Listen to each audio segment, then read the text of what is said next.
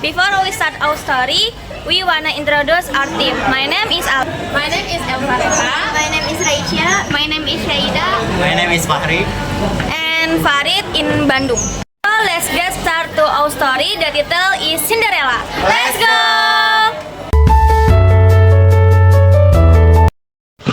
Once upon a time, there was a beautiful girl called Cinderella, and she had two ugly stepsisters who were very unkind, who made her do all the hard work. She had to sweep the floors, do all the dishes, while they dressed up in fine clothes and went to lots of parties. One day, a special invitation arrived at Cinderella's house. It was from the royal palace. The king's only son was a truly handsome prince, who is going to have a grand ball.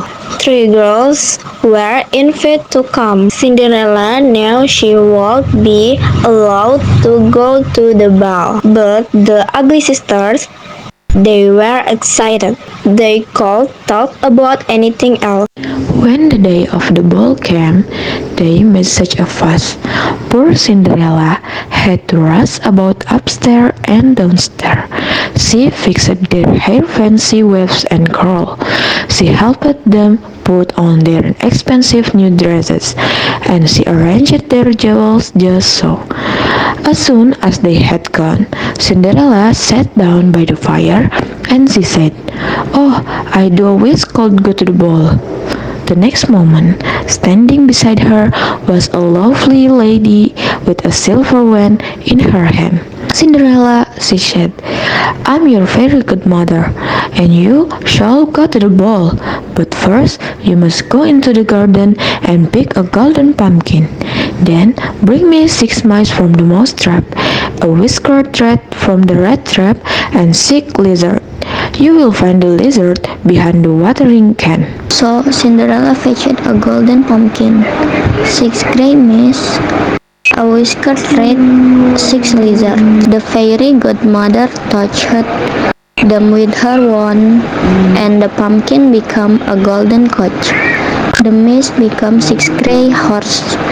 The rat became a coachman with the most enormous mustache, and the lizard became 6 footmen dressed in green and yellow.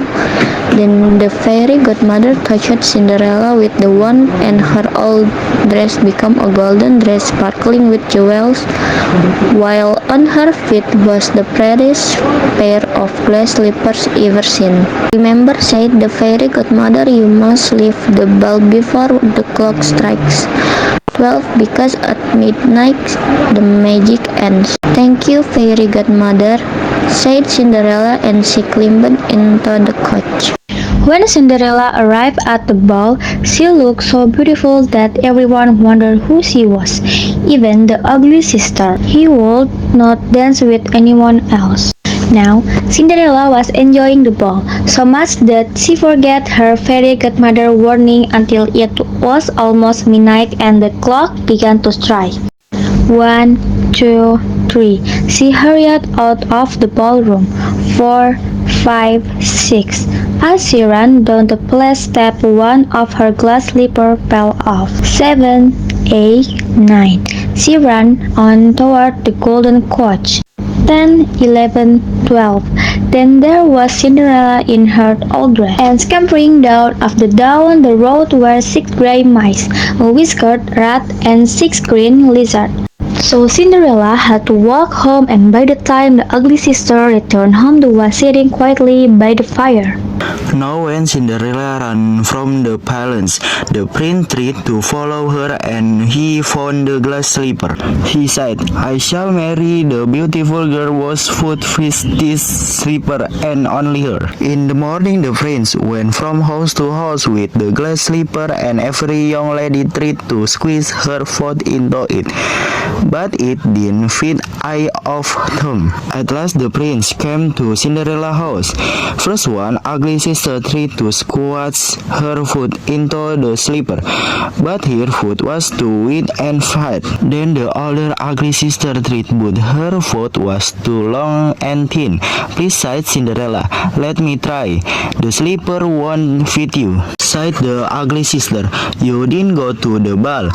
But Cinderella slipped her foot into the glass slipper and it fit perfectly. The next moment, standing beside her was the fairy godmother. She touched Cinderella with the wand, and there she was in a golden dress sparkling with jewels, and on her feet was the prettiest pair of glass slippers ever seen. The ugly sisters were so surprised that for one they could think of anything to say, but the prince knew what to say. He asked Cinderella to marry him, and there was happy wedding. Everyone who had gone to the ball was invited, even the ugly sister. There was wonderful food, lots of music and dancing, and the prince, of course, danced every dance with Cinderella.